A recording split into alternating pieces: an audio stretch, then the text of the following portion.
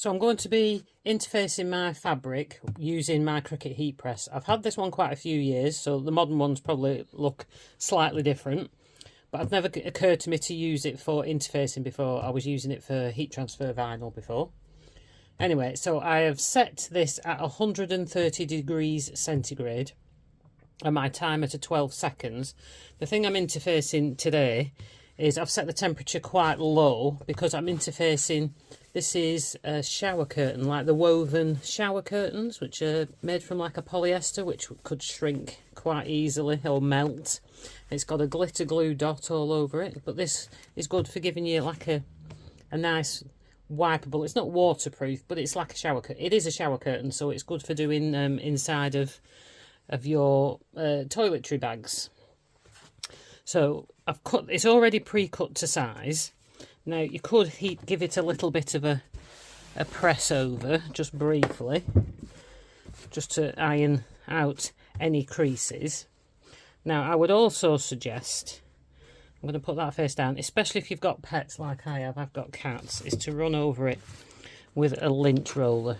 Now you need to play about yourself with how hot you need to do your heat press. I've set this so it's not too hot because I don't want to shrink it. Practice on a bit of an offcut first. So even though this is big, I'll still have to do it a few goes. So I've also got, this is like a protective mesh made of silicone. I think it's made from silicone, so you can iron over the top of it, so your iron is not touching directly onto your fabric, which I don't particularly want it to do on this.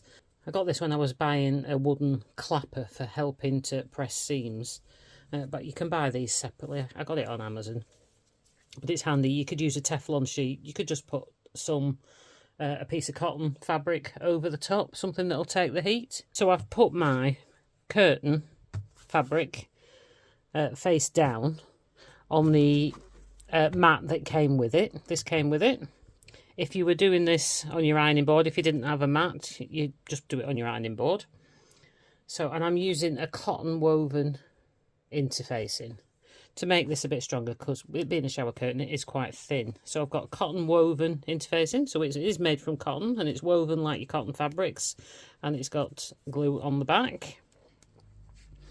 So I'm going to put that glue side down onto the back. So once it's on, pop your protective cover over. You could also use baking parchment or something like that for this. I've put the put my heat press down. I'm just going to press on it slightly and press go. So I've set it at 12 seconds. I tried at 5, then 10, and then went up to 12 before I knew it was fused properly. Okay, so take that off and then check it. See there, it could still use slightly longer, but I am going to do another pass.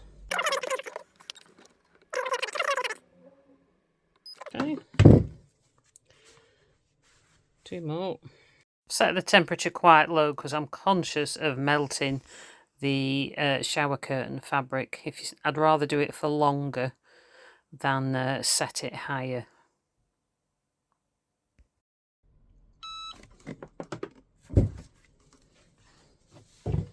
Okay, so there we go. There's a slight little bit there. I could probably set it at a couple of seconds longer. Okay, so your machine every time automatically goes back and you see your seconds there. It obviously beeps when it's done. There we go. Now you could give it a press all over, and setting it at that temperature, my glitter dots have not melted.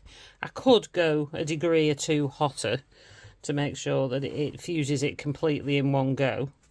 But I'd rather not take the chance. You'd know straight away if it was going to shrink the fabric, because that would be pulling against the cotton fabric on the back and it'd be wrinkling, and it's not. So I'm quite happy with that.